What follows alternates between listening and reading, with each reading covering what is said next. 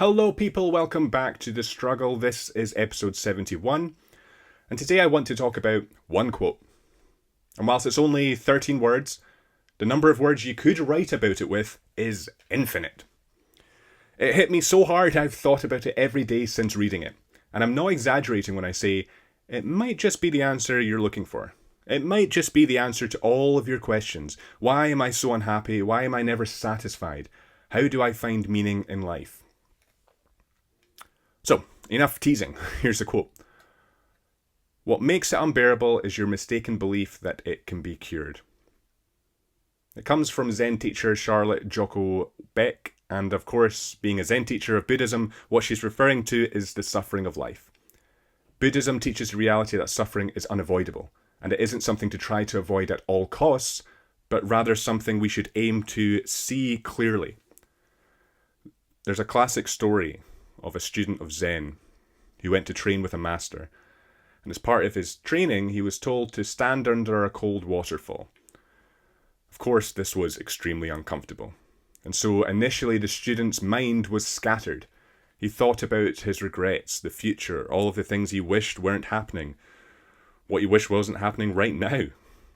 But the experience itself was still unbearable, no matter how much he tried not to think about it. So the master told the student to focus on the water itself, the sensation of it, rather than trying to avoid it. Once he fully concentrated on what was happening, the experience of the cold water hitting his body without judgment or mental commentary, the experience suddenly became bearable and manageable. Now, it's important to note here that the water was still uncomfortable. The student didn't just magically make it warm or easy, but he made it bearable with his mind. So much of life we make worse through our perceptions of it. We suffer more in our minds than in reality. And this student, upon realizing that there was no cure, there was no way to make the cold water suddenly warm, as soon as he accepted that there was no cure, ironically, he found the cure. And that's the lesson we're discussing today. The cure to life is in the realization that there isn't one. But it's not just a case of accepting that you will suffer. There's more to it than that. To live is to suffer, certainly. There's no getting around that fact. You will suffer, regardless of what you do. That's just a human condition. So first, we must accept that. You will suffer. According to Beck, suffering doesn't purely come from external events, things going wrong in your life. True suffering also comes from the fact that life is fleeting and constantly changing. There's joys and losses and wins and love and hate and affirmation and death, all of which are facts of life. The deeper problem is that we always seem to believe that our suffering is avoidable. I know this because whenever anything goes wrong in life, our first instinct is to think about all the ways in which those wrongs could have been avoided. And that's just human nature. It's our way of learning lessons so that they don't happen again. But we do this to such an extreme extent that it leads to regret. And we constantly think that we could have done differently. If only I had said this. If only that person had acted differently. If only I had been better. That's one way we mistakenly believe that suffering is avoidable. The second way is a fundamental experience of the modern human being. It's a mistaken belief that our suffering in the present will be cured by something in the future. It's a belief that all we have to do is endure the pains of life right now, and then later we'll be rewarded and our pain will magically disappear. It's the mistaken belief that there's a cure in the future to our suffering in the present. How very arrogant of us to believe that we have the cure to life, that we could possibly fix the human condition, made all the more arrogant when we think we can fix the human condition with something as meaningless as a new car or a new pair of shoes. Here's the fundamental problem here. You're treating life like a problem to be solved over and over again. You're suffering now. You find a cure. You make the present unbearable and therefore a problem until you get the cure. You get the cure, it doesn't solve the problem, inevitably, and you start the cycle again. Einstein said the definition of insanity is doing the same thing over and over again and expecting different results. How many times have you built up in your head the effect a new thing will have on you, only to feel that emptiness again some small amount of time after acquiring that thing? You say you'll be happy when you buy a house, then a few days later you're sitting in your new house feeling empty again. You say you'll be happy when you have a new car, then just a few commutes later the car's old news, and your dissatisfaction returns. And it's the same problem with achievement. We celebrate achievement in our culture, encourage getting after it, aiming upwards, and so we should, but we get way too ahead of ourselves and end up putting all of our faith into achievement to such an extent that when we finally achieve what we set out to achieve, we're already looking on to the next goal, barely noticing what we just accomplished. We believe that the next achievement in the future will finally satiate us, will finally feel like we're enough.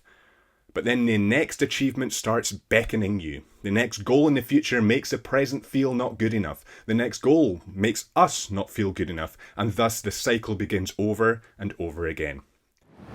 Hi guys, just a quick message before we get back to the episode. If you're enjoying this episode, you'll love the rest of the content on my channel. So please like and subscribe.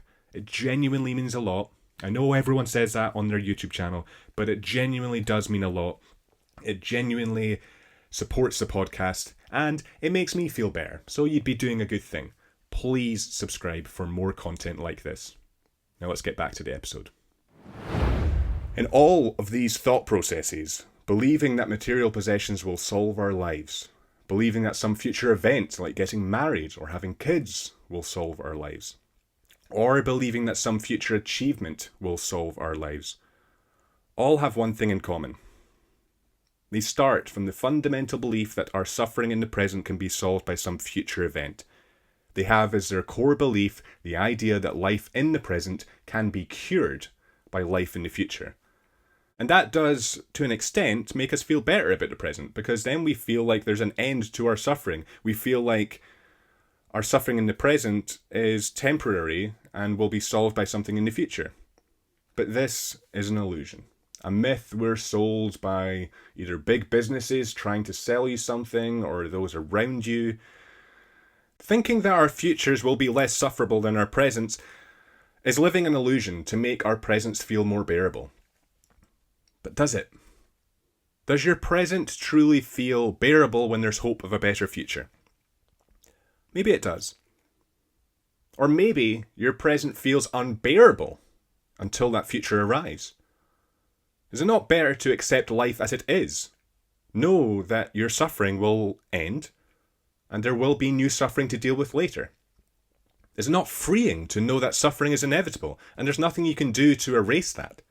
Life is as it is. And it always will be. Now sure, you could make your life different. You could get a newer car, a bigger house. You could get married, have kids, move cities, get a raise. And your perception of these things could be positive. But it's just that. It's your perception. You perceive these things as a solution, as a cure. But you're holding them to too high a regard.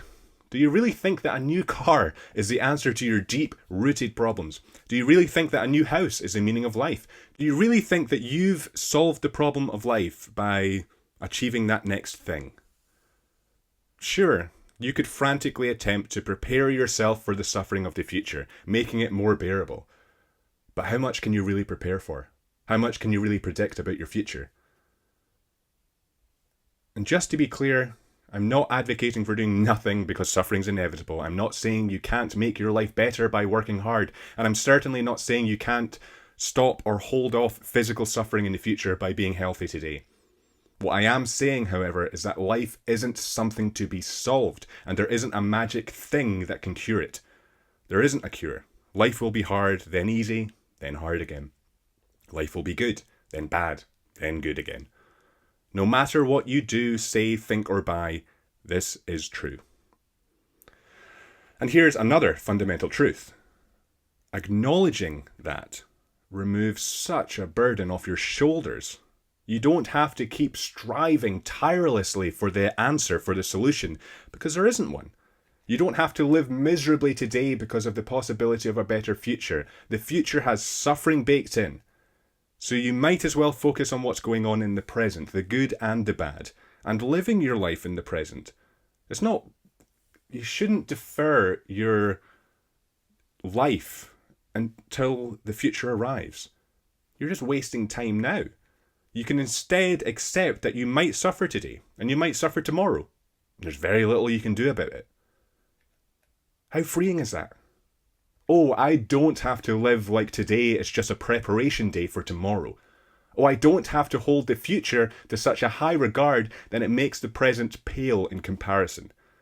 Life is only unbearable when you think there's a cure. Now, I'll leave you with some audience participation. Here's an experiment I saw Tony Robbins use. Look around the room you're in. Now, if you're driving, please don't do this experiment. But if you're not driving, look around the room you're in and note down in your head all the things you see that are brown. List them in your head and remember them. Now, close your eyes and list all the things in your room that are gold. It's pretty tricky. Of course that's tricky, because you were focusing on what's brown, not what's gold. What you focus on, you will find. Now it's the same with life, isn't it? The more you focus on the negative parts of your life or the negative parts of yourself, the more you'll find them. And that bias will reinforce your beliefs about yourself and your life. If you focus on all the reasons you're a bad person or that your life's going wrong, you're sure to find all those reasons, and that will reinforce your belief. But you're coming at this with the notion that you're a bad person or your life is bad to begin with. So this is biased evidence. So how about you create some biased evidence in the other direction? How about starting to focus on all the reasons that you're a good person or that your life is going well? Because it works the other way around. The more you focus on what's going right or why you're a good person or why you're lucky, the more you'll find evidence showing that to be true. And to apply this to this episode, the more you focus on what's going wrong in your life, the more you'll find what's going wrong. And the more you find what's going wrong, the more you'll ignore what's going right, and the more you'll believe there's some magical cure in the future. But if you focus on what's going right today, the less you'll go looking for some magical cure in the future, because there's nothing to be cured in the present. And I can hear all of the comments right now in my head. Surely if I focus on what's going right now, I won't work to make my future better, or I won't better myself or make my life better. And I get that. But whilst I'm only one person, I have found in my life that this mindset, knowing that there's no cure to life and there's no solution in the future to life today, this knowledge has better balanced my experience. I now notice what's going right today, whilst working to achieve my goals. I now don't hold the future to such a high regard that it can't possibly live up to such high expectations, making the future a disappointment and the present unbearable. The present is as it is, and it's all down to your perception that determines your experience of it. There will be suffering, there will be joy, but it just is as it is. There's joy and suffering to be found. Just don't think that all suffering is avoidable. The more you think there's a cure in the future, the more unbearable the present becomes. Life is only unbearable when you think there's a cure.